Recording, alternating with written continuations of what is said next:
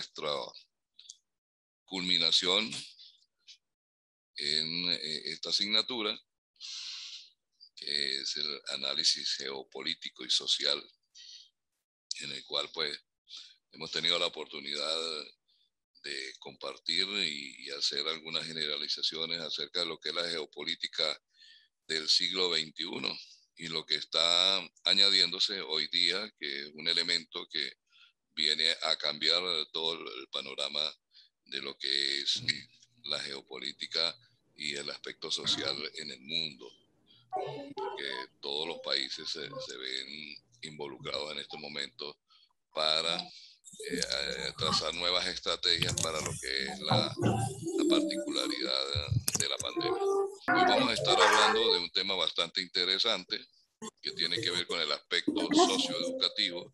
Entonces allí hay una situación bastante compleja que dentro del aspecto geopolítico nos podría dar cualquier cantidad de temáticas para hacer una investigación y por qué no hacer una tesis doctoral, una tesis de maestría con respecto a lo que está sucediendo, que muchos le estamos sacando provecho en el buen sentido para entender algunos aspectos que se han venido manejando, pero que ahora con la pandemia lo hemos querido solapar. Y eso es lo que no queremos. No queremos que esas situaciones que se quedaron a media, esas situaciones que donde no se tomaron las políticas públicas adecuadas para mejorar, se queden allí, sino que salgan a la palestra, podamos tener un escenario donde todos podamos participar y contribuir con el enriquecimiento de lo que es el conocimiento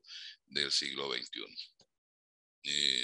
Así como se lo dije en la primera clase, ya en esta cerrando prácticamente, le digo que lo felicito por tener esas ganas de seguir avanzando, de seguir creciendo, de dar lo mejor de ustedes para generar en nuestro entorno y en nuestras familias todo lo que concierne a que hay aspectos todavía muy positivos y que eso nunca se va a acabar, siempre van a existir crisis, como en todo en el mundo tiene aspectos en que como un cardiograma, ¿no? Sube y baja. En este momento hemos tenido unos bajonazos y hemos vuelto otra vez a subir.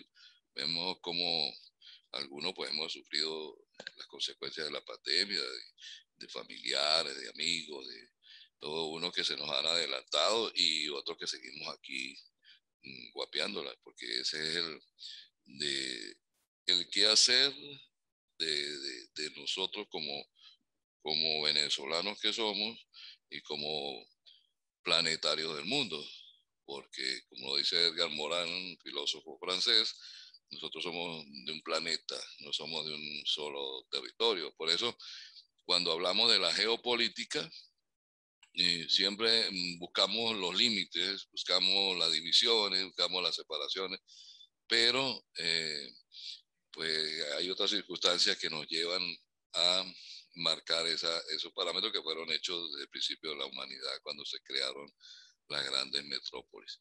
Así que, pues, le vuelvo a reiterar mi felicitación por estar en estas actividades de crecimiento profesional, pero que a la vez nos están permitiendo crecer como personas.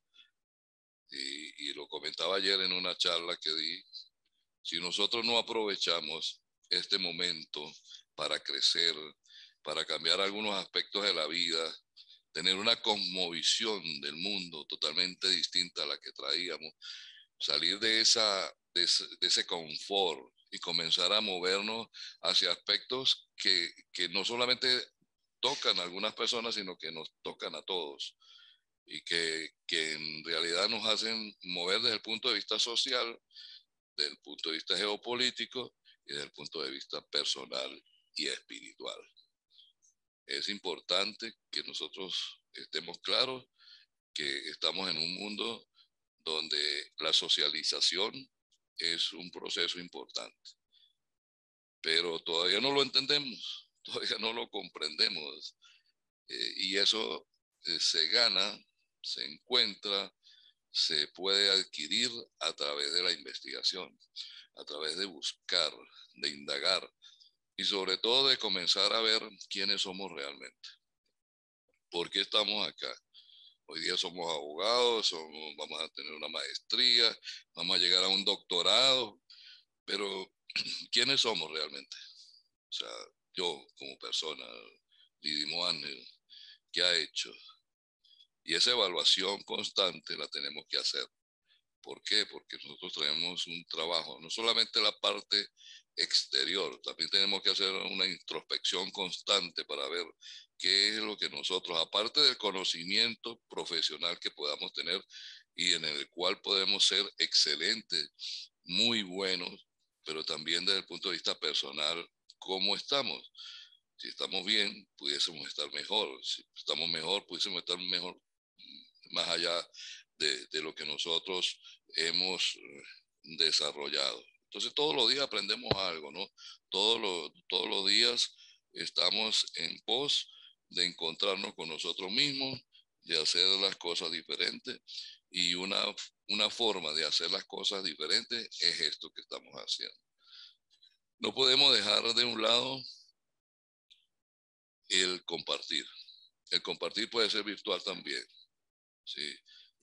Ahora hay un gran dilema que eso lo vamos a estar tocando y quiero que ustedes me acompañen en esto y me den sus opiniones acerca del nuevo panorama educativo en el mundo, ¿verdad? A través de la pandemia, en que algunos países han dicho que lo más lógico es que ellos sigan haciendo sus clases virtuales o semipresenciales. Entonces, es una particularidad que para lo cual en un gran grosso de personal docente se había, se había resistido, porque es que la tecnología trae esa consecuencia, ¿no? La resistencia al cambio, al manejo de tecnología, porque pareciera que las TICs eh, forman un estigma dentro de las personas que a nuestra edad, en el caso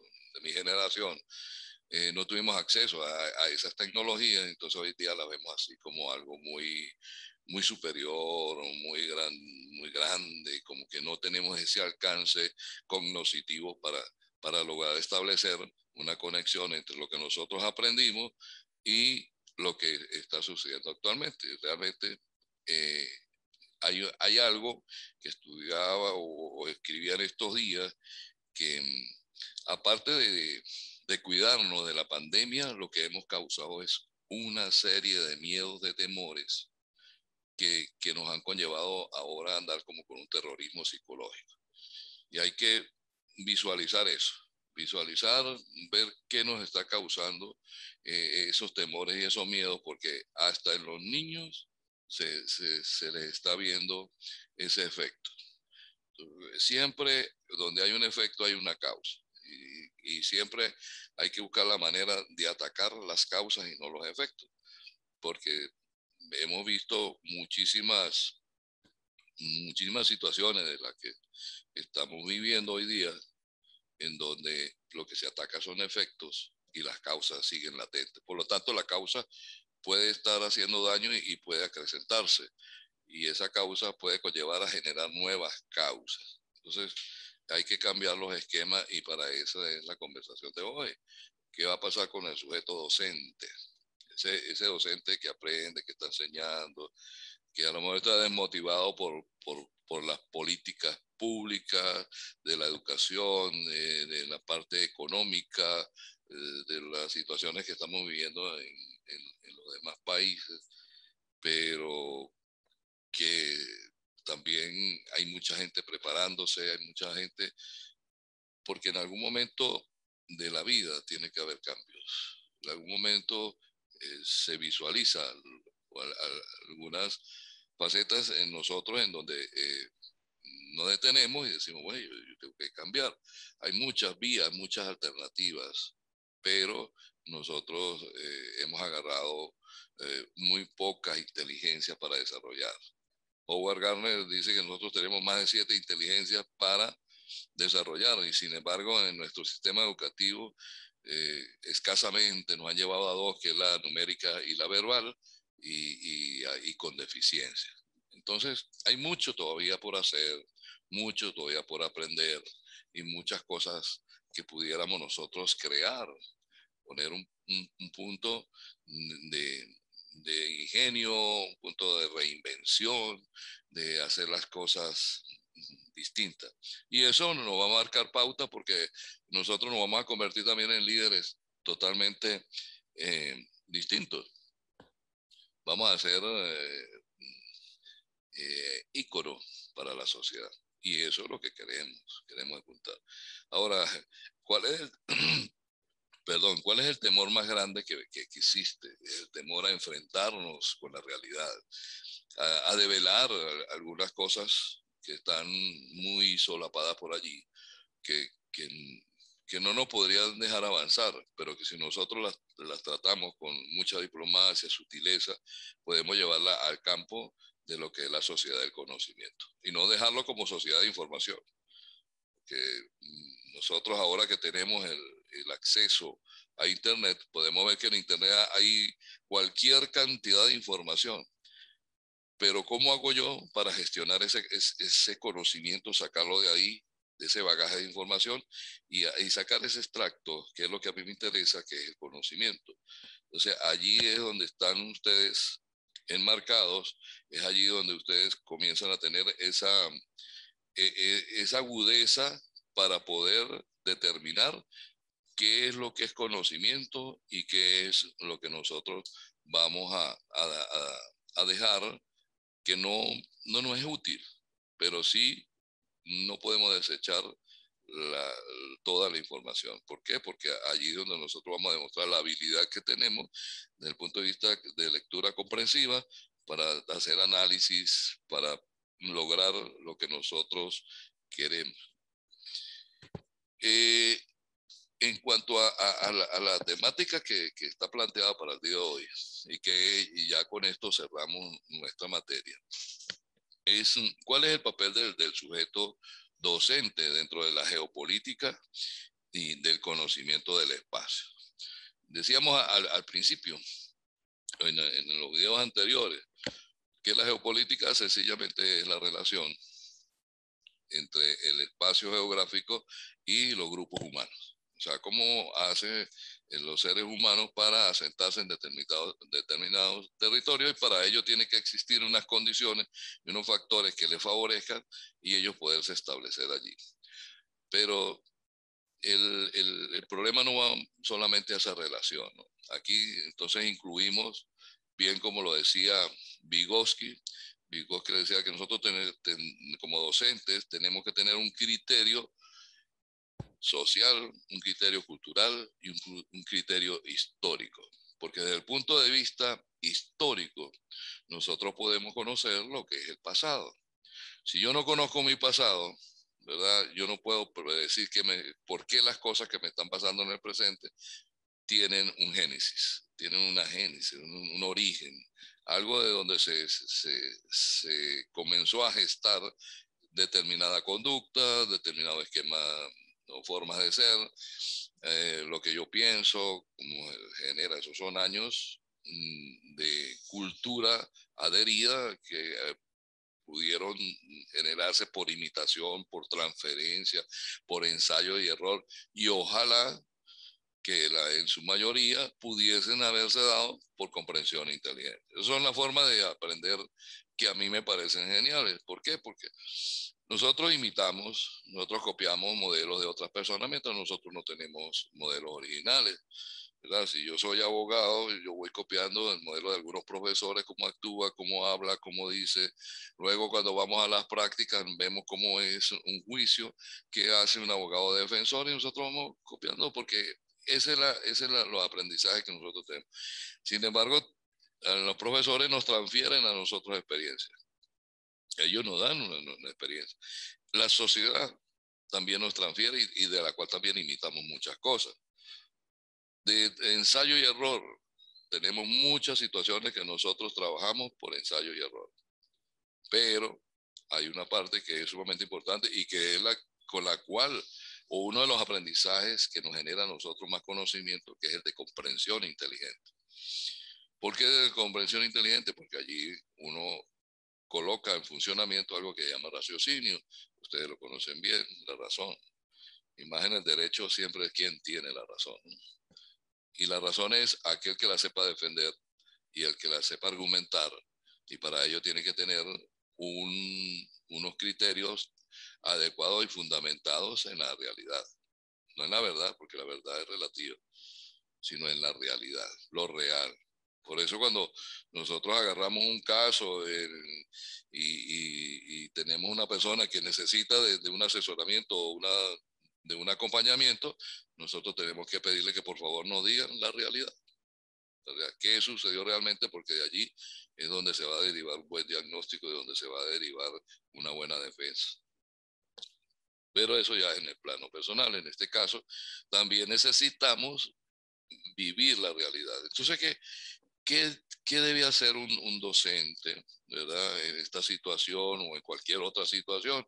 El docente tiene que entender que es parte de una esfera pública dentro del sistema educativo, que tiene que conocer el contexto donde se desarrolla, donde él va sacando o va dejando sus conocimientos, porque nos encontramos con muchas áreas totalmente distintas, con condiciones distintas, con idiosincrasias distintas, costumbres, con características totalmente distintas, incluso de una barriada a otra, de una urbanización a otra, de un estado a otro estado. Y por eso es que no logramos en el mundo unificar un criterio para vivir planetariamente, porque tenemos criterios totalmente distintos de acuerdo al desarrollo, primero demográfico, y el segundo, el sistema social que nosotros hemos desarrollado y con las diferentes culturas donde la religión tiene que ver, la educación tiene que ver, los sistemas políticos tienen que ver, porque recordemos que los sistemas educativos responden a las políticas de los gobiernos de turno. O sea, eso para nadie es un secreto. Entonces, cada quien va formando en estas nuevas generaciones, porque pareciera que los gobiernos o las personas, no los gobiernos como tal, sino las personas que llevan la representación del pueblo, quieren durar toda la vida en el poder, ¿no? Cuando debiera ser alternativo para que haya mayor avance siempre y cuando exista la continuidad en los programas y en los proyectos que se tienen por hacer y ejecutarlos. Pero eso es una situación que es desde el punto de vista político. Sin embargo, la política hace una presencia bastante fuerte dentro de lo que es el mundo geopolítico y social. ¿Por qué la política? Porque la política tiene algo implícito que se llama poder. Entonces, quienes manejan el Estado en cualquier parte del mundo, bien sea en el régimen que sea o bien sea el sistema que sea, tienen que tomar políticas o crear políticas públicas que vayan a beneficiar a los pueblos y al conglomerado. Y nosotros a veces podemos ver lo que sucede en otros países, lo que sucede en el nuestro, y hacer algunas comparaciones con respecto a determinadas políticas. Lo que sí estamos claros es que la educación y la salud son los pilares fundamentales para el desarrollo de un país. Porque un país enfermo no surge. Un país sin educación no tiene herramientas ni estrategias para poder manejar los procesos en la diferente estructura económica del país. Entonces, allí es donde el sujeto tiene que saber, conocer su contexto, conocer su geografía, conocer su historia, saber de sociología, cómo se mueve la sociedad. Hasta hace algún tiempo se manejaba en nuestro país clase alta, clase media y clase baja. Hoy día habría que ver qué ha pasado allí, se podría hacer una investigación, si existen las mismas tres clases sociales o existen dos solamente o existe una, no sabemos realmente, suponemos, que hay, pero habría que hacer la investigación. Entonces, allí la educación se convierte en un fenómeno social, porque es importante que el pueblo se eduque. Es vital, vital. Muchísimas de las cosas que nosotros hoy día manejamos bien, hasta la forma de hablar, ha sido a través de la educación, ha sido a través de la instrucción, ha sido a acompañar todo lo que tiene que ver con el ser humano, con el quehacer del ser humano. Y de qué manera nosotros hacemos una simbiosis allí para que la mutación sea un conocimiento totalmente productivo, un conocimiento que lleve al ser humano a lo que realmente él aspira en la vida, que es la felicidad. Algunos dicen que la felicidad no existe, que la felicidad, pero si nosotros nos ponemos a ver los momentos alegres que pasamos, eso es felicidad. El compartir, el sentirnos bien con la familia, eso es felicidad. El que nosotros aprobemos materias en nuestra maestría para seguir avanzando, eso nos proporciona a nosotros una sensación agradable, por lo tanto, eso se convierte en felicidad. Y como lo decía Platón, nosotros siempre tenemos que buscar el bienestar, no el malestar. Y desde ese punto de vista surgen también otras asignaturas como la psicología, que en este momento hace bastante énfasis en el control de las emociones. Hay mucha depresión, hoy día entramos en depresión a aquellos que están pasando por la pandemia y están sufriendo los rigores de ella, y en los familiares también, pero posteriormente quedan otros efectos que son post-trauma, que también hay que trabajarlo, y aquí donde la psicología debe hacer un trabajo arduo y ayudar.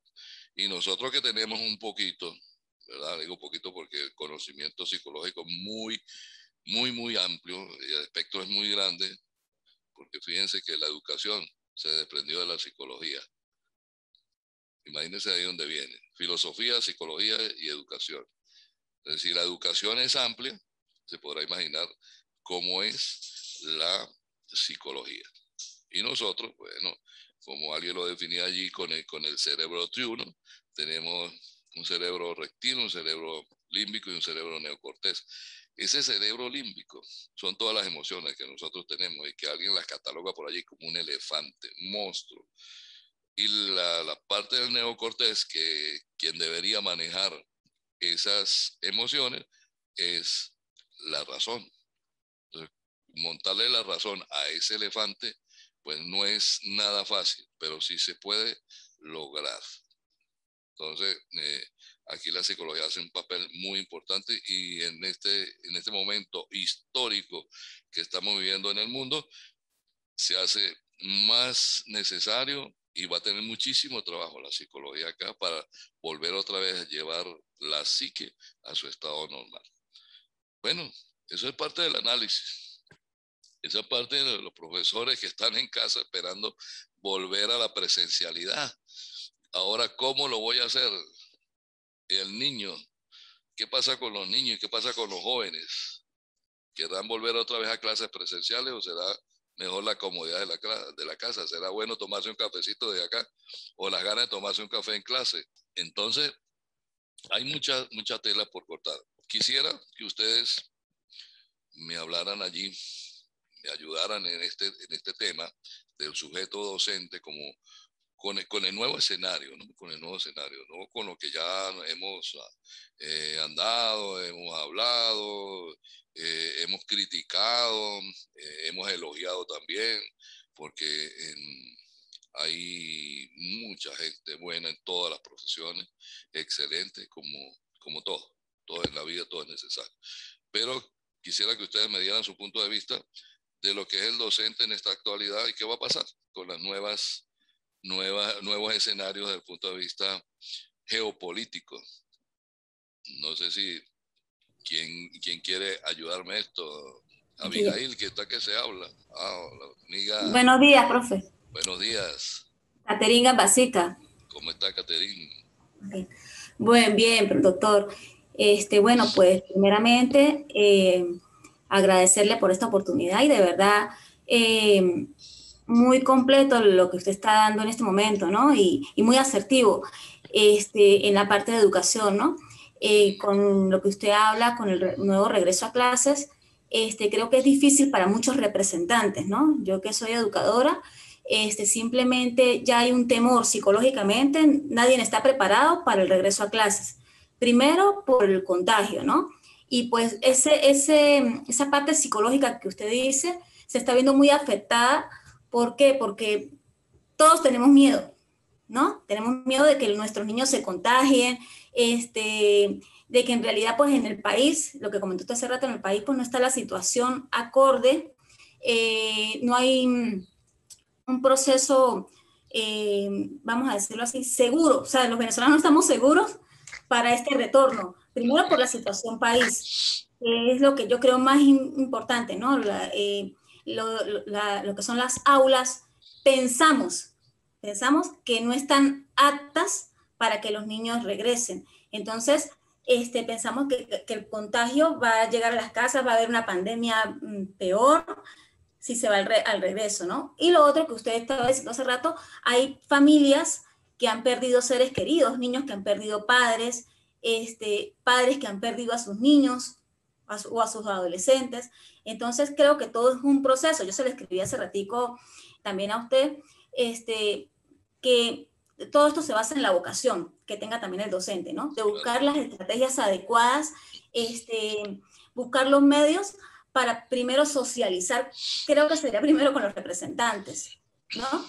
Primero sacarle o adaptar primero al representante para luego incorporar a los estudiantes a las aulas, porque siempre va a estar el temor en este proceso de pandemia o de adaptación. O sea, para ti sería entonces importante hacer una campaña de concientización, de preparación, de información acerca de cómo va el proceso para lograr ese regreso exitoso, que no sea traumático, ¿no? Es lo que logro inferir en lo que tú estás señalando y que en la cual estamos de acuerdo en todo. Hay muchos miedos, ¿no? Muchos temores. Y de allí pienso que una de las políticas públicas, y muy de acuerdo contigo, es que se hagan campañas de información que sí, como no, vayan dirigidas al cuidarse, pero que también comiencen a sanar la parte mental, hacer un poquito de catarse, de limpieza, de introspección, para que tanto los jóvenes como los representantes vayan dejando los miedos detrás. Que en lo que ya pasamos por el COVID, pues hemos superado mucho esas cosas porque vimos que había muchas formas de salir, pero otros con los miedos incluso lo que hacen es agravar la situación. Y como toda enfermedad, tampoco vamos a decir que solamente en el COVID, sino cualquier situación donde tú no tengas control de las emociones, se te va a agravar. Así que, Caterina, no, muy bien, excelente. Me alegra que estén en esa tónica. Por supuesto, hay una corresponsabilidad de todos, ¿no? Tanto del gobierno, de las autoridades educativas, de los docentes, de los estudiantes, de los representantes. En el caso de algunos docentes son además representantes en otras instituciones, en las mismas instituciones, son directivos, o sea, tienen varios roles de la sociedad, los tiene una sola persona. Y eso pues es un compromiso grande. Sin embargo, siempre hemos salido de todas las batallas, siempre, en la historia de la humanidad. Han existido casos más graves que este, ¿no? Quizás nosotros, y sobre todo en nuestro país, que todo lo tomamos como un poco light, como dicen por allí, el buen humor del venezolano hace que no sienta el rigor de la crisis ni de las cosas que están pasando. Sin embargo, hay cosas que nos han dicho, epa, esto es serio, aquí no vamos a estar jugando. Y todavía hay mucha gente que le falta conciencia. Y ahí estamos totalmente de acuerdo, Caterina. Bueno, vamos a darle la oportunidad, a los compañeros también para que puedan expresar. Abigail, lo veo como pidiendo la palabra de hace rato. Bueno, ¿escucha? Sí, señor, ¿cómo estás? Buenos días, profesor. Fíjese, Yo comparto, bueno, claramente la opinión de la compañera. Ajá. Desde el punto de vista personal, pienso que, bueno, es importante que hoy en día se ha obviado lo que es la parte de los valores, ¿sí? Entonces, no, nos hemos dedicado solamente a la parte académica netamente, que es lo que se hace vía online, y eso ha traído como consecuencia que muchos de nuestros muchachos, entiéndase por muchachos, todo lo que de alguna otra manera están estudiando en cualquier nivel y se ha perdido un poco lo que es el valor, el amor a la patria. Tanto es así que uno ve en muchas instituciones, inclusive hasta el Estado, que colocan mapas donde falta el Esequibo. Y bueno, y los niños lo van viendo normal. En estados como son estados fronterizos, como el mismo Táchira, Apure, uno va escuchando la radio y es mayor la captación, el punto de vista mediático del país vecino que la misma Venezuela.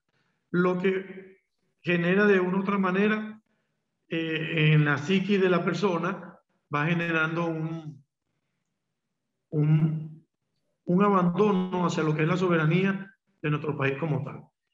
En relación al reintegro, sí, pienso que es necesario y se aumentaría el riesgo. Sin embargo, bueno, también en la parte de los docentes, es una cuestión que hay que analizar. Muchos de los docentes ya tienen un año este, viéndolos o ejerciendo su función desde su casa. Y muchos ya por diferentes situaciones han buscado otra fuente de ingresos para poder combatir la crisis económica que padecemos todos actualmente.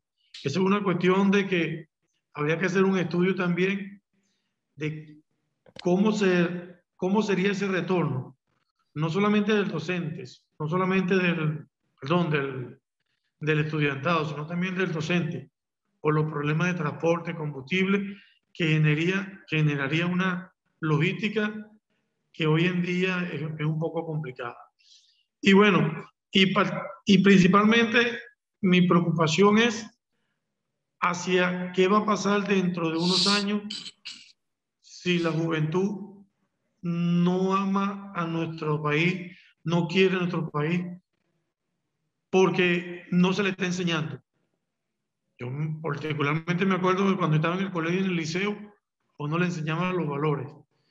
Y parece mentira, en estos días yo le pregunté a una persona sobre algunos próceres de nuestra independencia y no sabían, dudaban de la fecha y pareciera hasta, bueno, ¿qué importa eso? Sí importa porque tenemos que conocer nuestro pasado, tenemos que conocer nuestra historia para poder saber qué vamos a hacer a futuro. Esa era mi intervención, profesor. Más que todo la parte reflexiva de qué va a pasar si no incrementamos lo que son los valores a la sociedad. Estos valores que de alguna otra manera están siendo afectados por la delincuencia. Bueno, fíjate algo, Abigail. Con respecto a los valores, se ha llegado incluso a opinar de que los valores se han perdido. Y eso es totalmente erróneo porque los valores existen, los valores están allí. Lo que no estamos haciendo es aplicación de valores. Estamos conversando acerca del sujeto docente y lo que influye en la geopolítica y en la parte social. Habíamos comenzado ya con la amiga Caterine y con Abigail. Ya han surgido una serie de elementos para la incorporación o la reincorporación de nuevo a las clases en nuestro país y en los países donde también tomaron las medidas que fueron todos, pues. Y surgen cualquier cantidad de indicadores como los miedos, el deterioro de las aulas, la vocación, concientización, valores, eh, la pérdida, no, la ausencia de valores patrios, la transculturización, ¿verdad?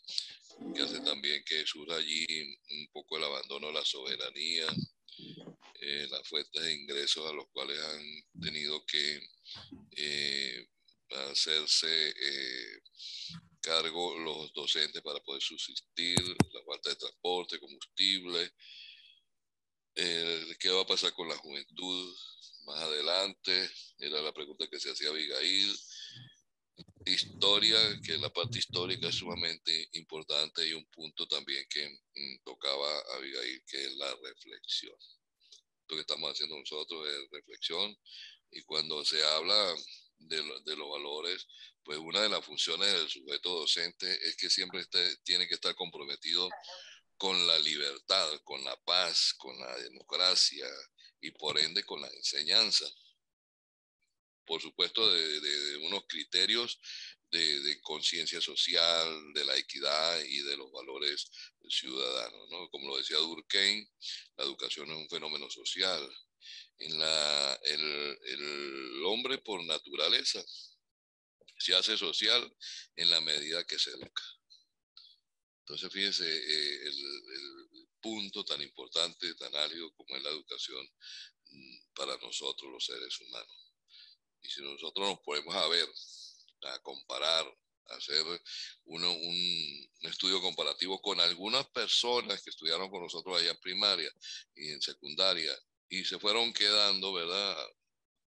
Vemos hoy día que hay una diferencia marcada en cuanto a lo que nosotros hemos aprendido, la forma en que hemos vivido, la forma que tenemos para solucionar nuestras dificultades, para sobreponernos, la resiliencia que podemos tener para sobreponernos a todas estas pruebas que el Creador y la vida nos ha colocado en el camino y que con fortuna la hemos logrado sortear.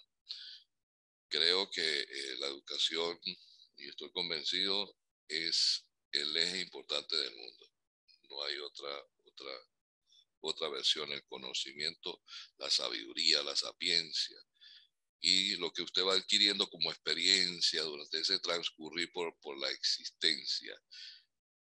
Quizás en ese afán de la cultura del tener nos detuvimos y dejamos la cultura del ser de un lado, y eso nos ha hecho o nos ha afectado notablemente a todos, pero en este momento nos han hecho así como que, como dicen los españoles, pavilar, porque realmente tengamos o no tengamos una situación como esta, no escoge a nadie. Pero eso es parte de lo que nosotros hemos cultivado. Por lo general, el sujeto docente, el docente vive alienado. Ya lo decía Abigail por allí. En este momento lo agobia la parte económica, porque lo que le ingresa no es suficiente para mantener un núcleo familiar, para cubrir gastos y para cualquier enfermedad que pudiera surgir, lo que hace que sea más vulnerable dentro de las profesiones que existen. Y tienes que entonces multiplicar tus actividades para poder llegar a un punto de equilibrio que puedes decir que está más o menos solventando la situación. Bueno, y hablábamos entonces de lo que es el sujeto docente y desde el punto de vista social. Y a nosotros como abogados nos atañe algo muy importante, como lo es la seguridad de la nación. Bien nos tocaba por allí, Abigail, que se ha dejado de un lado la soberanía. Estamos viendo cómo es vulnerable por la zona fronteriza los, los estados por donde hay contacto con otros países, cómo se volvió vulnerable y estamos sin normas y sin ley. Ahora, eso es algo que nosotros tenemos que visualizar desde el punto de vista educativo y desde el punto de vista de la seguridad de la nación.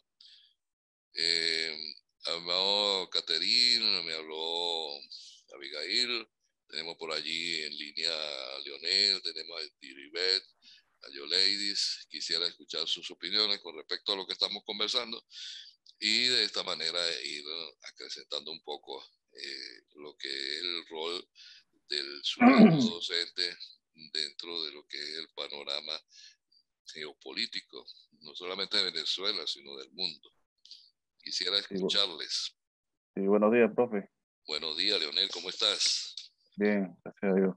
Qué Bueno, bueno. profesor, como primer punto, pues yo creo que sin caer en la cuestión de politiquería, pero la materia se relaciona en la política prácticamente y es apropiado manifestar que con respecto a la docencia, como lo exige a un docente el compromiso, como ni siquiera lo hay de parte del ministerio, que dice que a veces los docentes deben salir a buscar alternativas, como salir a vender verduras, ¿sí? O sea, no estoy diciendo que con eso que es el trabajo de Nigre, sino que qué motivación o aspiración puede tener un alumno al ver su profesor vendiendo verduras. ¿Qué le estamos diciendo? ¿Qué tanto estudio para eso? ¿Y qué va a preferir él dejar de estudiar y ponerse a vender verduras sin tanto estudio y esfuerzo por ese lado? Entonces, ahí se ve que el Estado también debe participar y no está interesado realmente en mejorar las condiciones para los profesores, siendo los más afectados realmente los alumnos. Porque como usted dice, profe, que un país sin estudio no progresa. Entonces, pareciera que quieren gente ignorante, bruta, para seguir, no sé, como en el poder, gobernando. Decía Simón Bolívar, nos han dominado más por la ignorancia que por la fuerza. Entonces, es así, prácticamente lo veo desde ese punto de vista. Entonces, primero debemos tratar de mejorar las condiciones a los profesores y de ahí van saliendo muchas cosas y van mejorando. Muy bien, Leonel. Sí, hay muchos factores que se han venido manejando y que a lo mejor se han confabulado con otras y los más afectados en el fondo, en el trasfondo de esta película son los estudiantes. ¿Verdad? Y sobre todo aquellos que vienen de estratos humildes, de escasos recursos, donde ya no les alcanza para llegar a la escuela y entonces están optando por trabajar o dedicarse a otras cosas que no son propias para su edad y que no son las más adecuadas para su crecimiento personal y futuro intelectual, ¿no? Me parece que lo que tú tocas, eso, bueno, para nadie es un secreto, es algo que tienen que manejar las autoridades y ver, y no solamente los docentes, a todos los médicos. Imagínate en estos momentos en que el sector salud se ha visto tan colapsado por lo de la pandemia del coronavirus y que se siente la escasez de personal porque han emigrado hacia otras latitudes. Entonces allí la parte geopolítica pues se hace presente.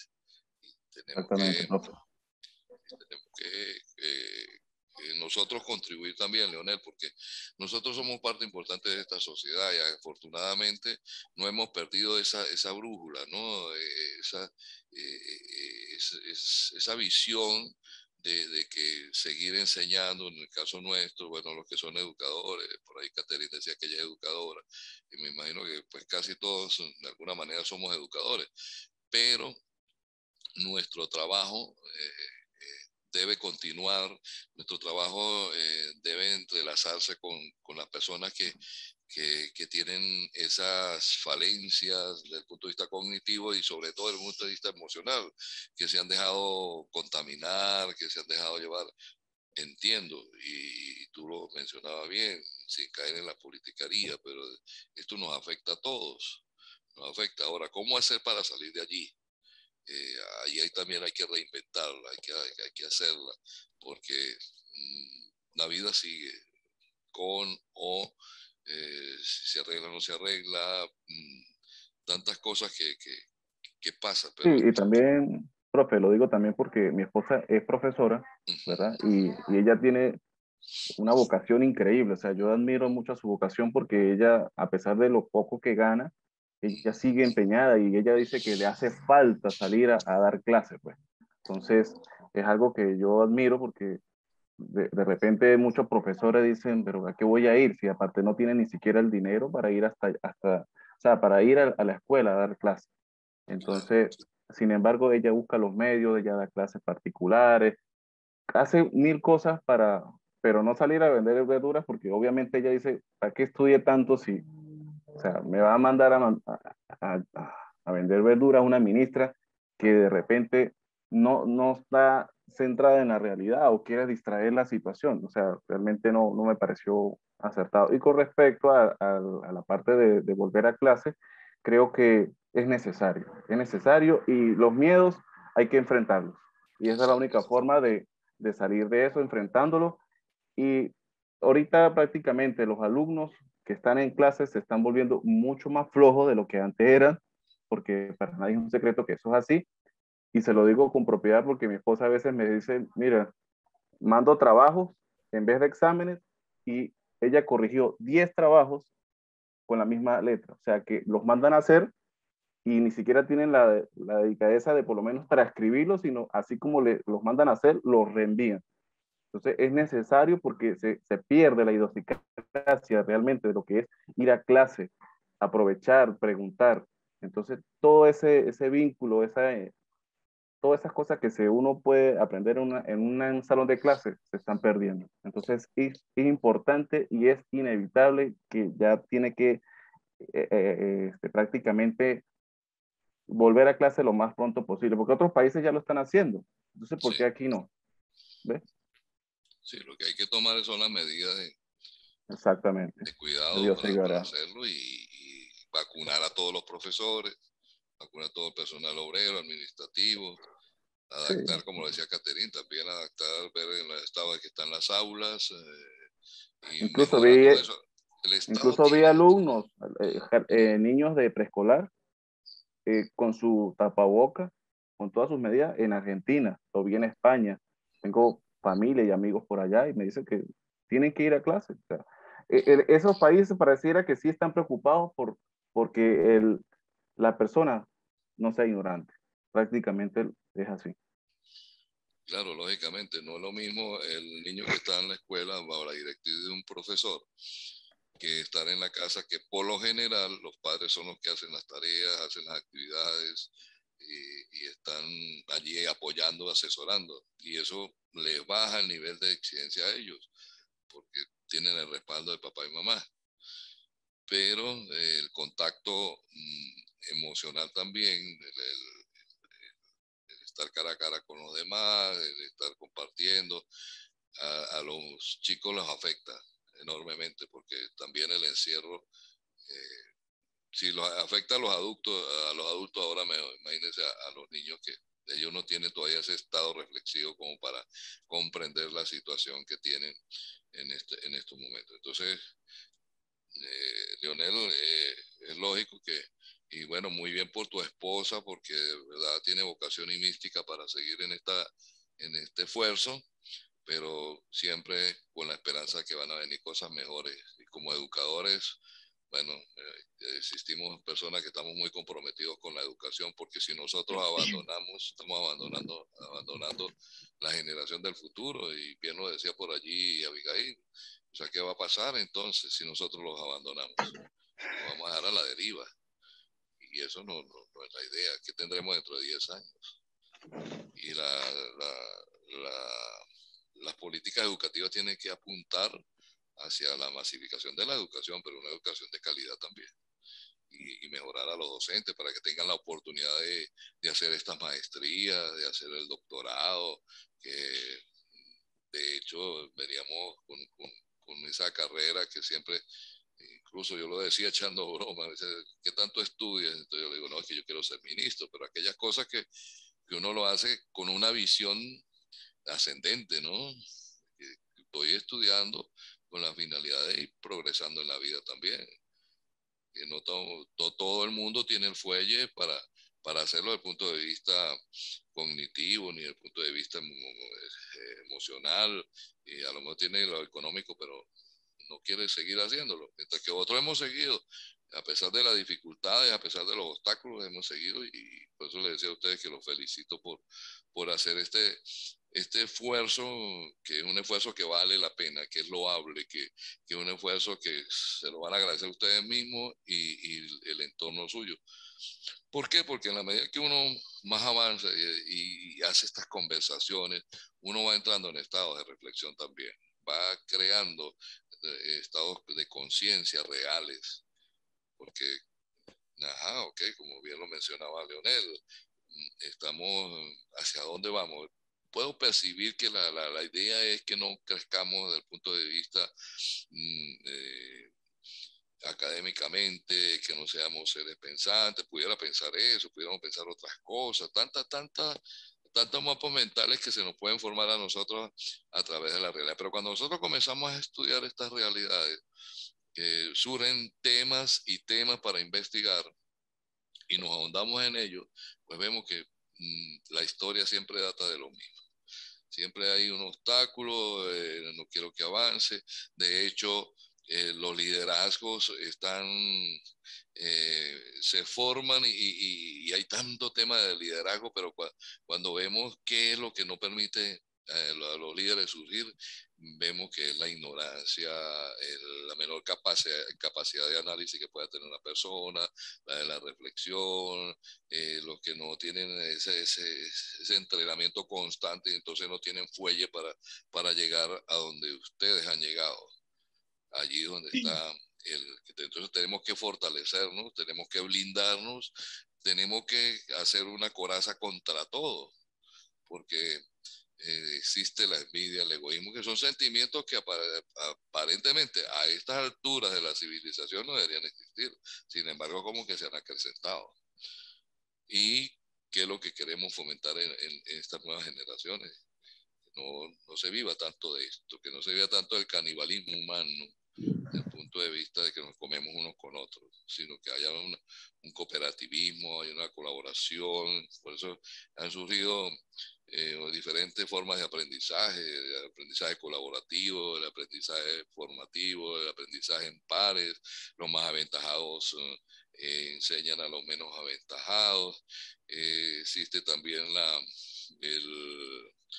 el aprendizaje cooperativo, que ahí es donde surgen las alianzas estratégicas, incluso se llegó a ese movimiento del cooperativismo, que no ha tenido mucho éxito acá en nuestro país, pero en otros países hay cualquier cantidad de experiencias muy buenas con respecto al cooperativismo, pero eso se fomenta con el trabajo en equipo, se fomenta también, como lo decía Leonel, con sapiencia, con sabiduría, porque en la medida que nosotros desconozcamos y tengamos menos educación, tenemos menos posibilidades de construir. La UNESCO en algún tiempo hizo, o en la década del 80, hizo un estudio donde lo hicieron para determinar si los programas que se estaban utilizando en las diferentes instancias educativas eran los más correctos, y cuando le hicieron el estudio, con algunas pequeñas observaciones, llegaron al punto de que sí, eran aceptables y que estaban curricularmente bien elaborados. Pero ¿qué sucedía? Que es algo que lo tocó Leonel y lo tocó, bueno, las tres personas que han intervenido lo han tocado, que son los valores, que son los principios de vida. Entonces allí donde entra la corresponsabilidad entre la familia, la escuela, el Estado, ¿verdad? Y la sociedad. Esos valores son lo que vamos nosotros inyectando desde la casa. Por ahí comienza la formación. Entonces, cuando nos decía la gente de la UNESCO, usted para poder hacer, tiene que conocer. Si usted no conoce, no puede hacer. ¿Cómo construye si usted no tiene conocimiento? Y es verdad. Entonces, las deficiencias estaban allí, porque todo el mundo quiere llegar al resultado, pero no quiere pasar por el proceso. Para usted llegar a un resultado, usted tiene que pasar por el proceso y llévenlo a un juicio. Juicio tiene que pasar por un juicio, tiene que pasar por un proceso, donde van a recolectar las pruebas, donde van a buscar argumentos, va la investigación documental, la investigación testigos, bueno, una serie de elementos que va a conformar un expediente que pasa por un proceso para llegar a tomar una decisión final. Pero nadie va a llegar a tomar una decisión final sin tener el debido proceso. Incluso hay casos que se caen por falta de proceso. Y así es todo en la vida. Eso es un ejemplo. Todo en la vida. Entonces la educación, todo es un proceso. Por eso es que hay cosas que nosotros no aprendemos tan fácilmente.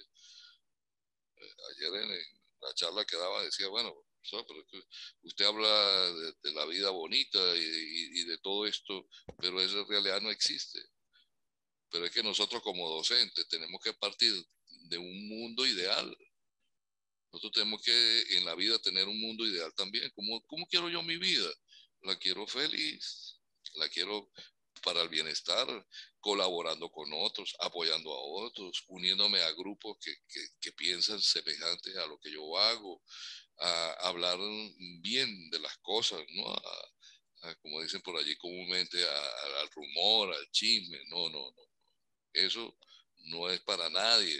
Hay gente que lo hace, pero no debe ser. Nosotros tenemos que ocuparnos ocupar el tiempo en cosas productivas. Ocupar el tiempo no por lo que los demás dicen, sino por lo que yo veo y hago, construyo. Hay algo muy sabio.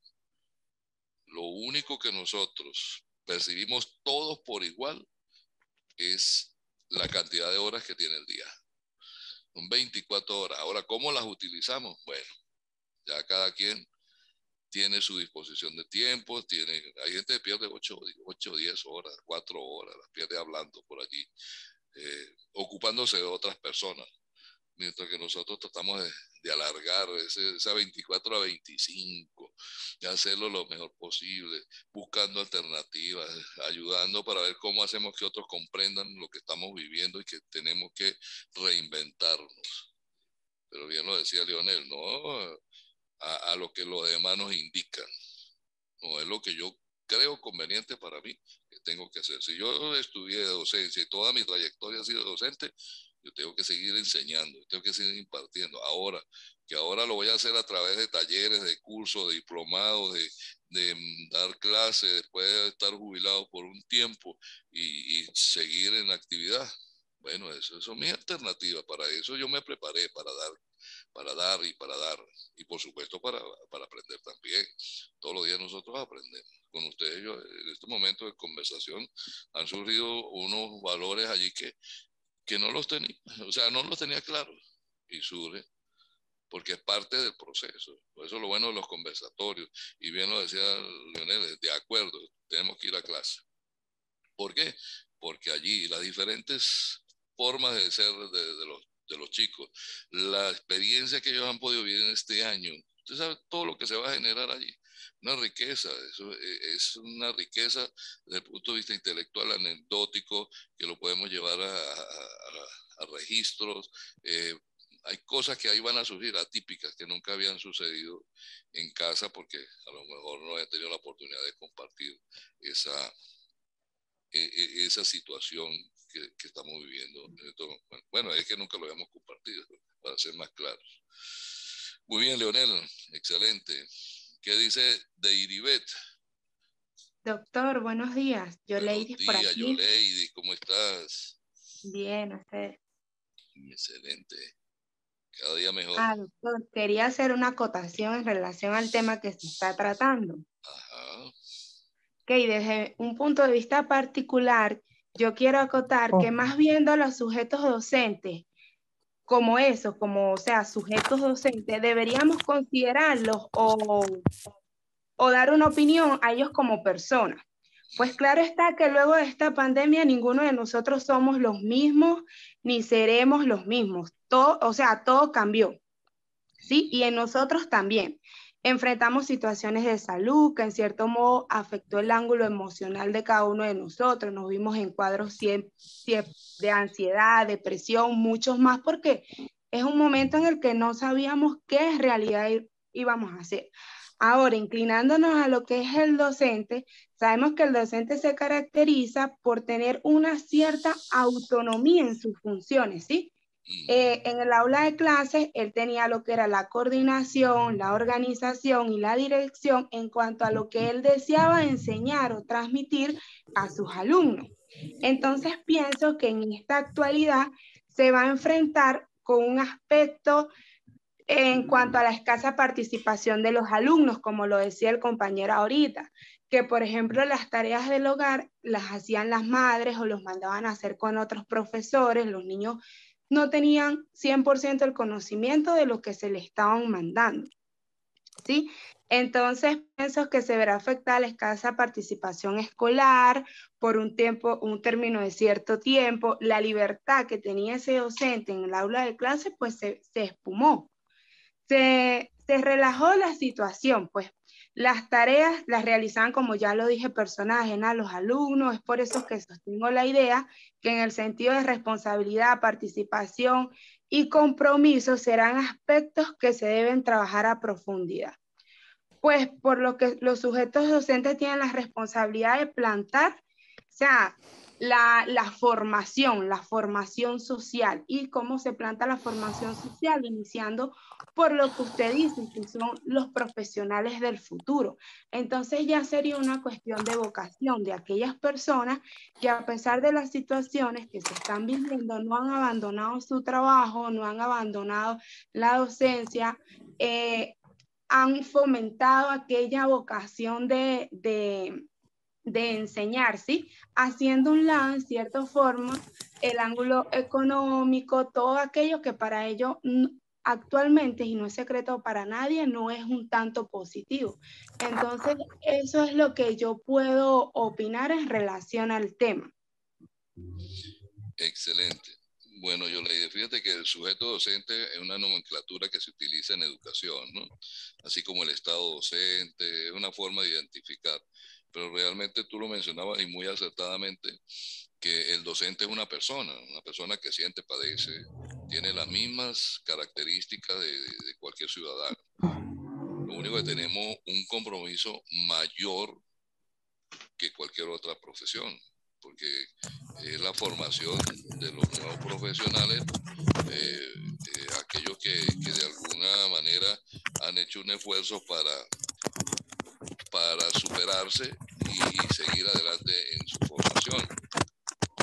Y en muchos países al docente se le tiene como un profesional de alto nivel, ¿verdad? Donde se le exige también preparación, se le exige demostración de producción intelectual, donde escriben libros, escriben artículos arbitrados, están escritos a líneas de investigación, están inmersos en revistas arbitradas, participan en congresos, en seminarios, en jornadas de investigación, porque ese es nuestro deber. O sea, nosotros dentro de la educación tenemos derecho a la docencia, a la investigación y a la extensión.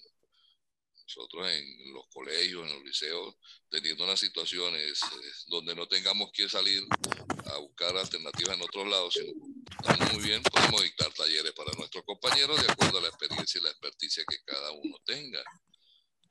Y eso, bueno, por ejemplo, yo donde he trabajado y trabajo, dicto talleres de crecimiento personal, de desarrollo, la parte de la autoestima, el autocontrol, la inteligencia emocional, porque son cosas que yo manejo. Me gusta, me encanta y tengo que transmitirlo. Mi línea de investigación es la gestión de conocimiento, cómo se gestiona el conocimiento. Bueno, realmente es placentero haber conversado con ustedes. Espero que de esta reunión que hicimos hoy, de este conversatorio, por favor van a hacer un pequeño informe y lo van a subir a la plataforma para completar ya su parte evaluativa. Y para mí pues fue un gran placer haber compartido con ustedes. Muchas gracias por la atención, por la paciencia y por todo lo que bueno que nos ha sucedido. Que tengan un excelente día. Y cualquier cosa estamos en contacto por el grupo de WhatsApp. Hasta luego. Gracias. Feliz día. Hasta luego.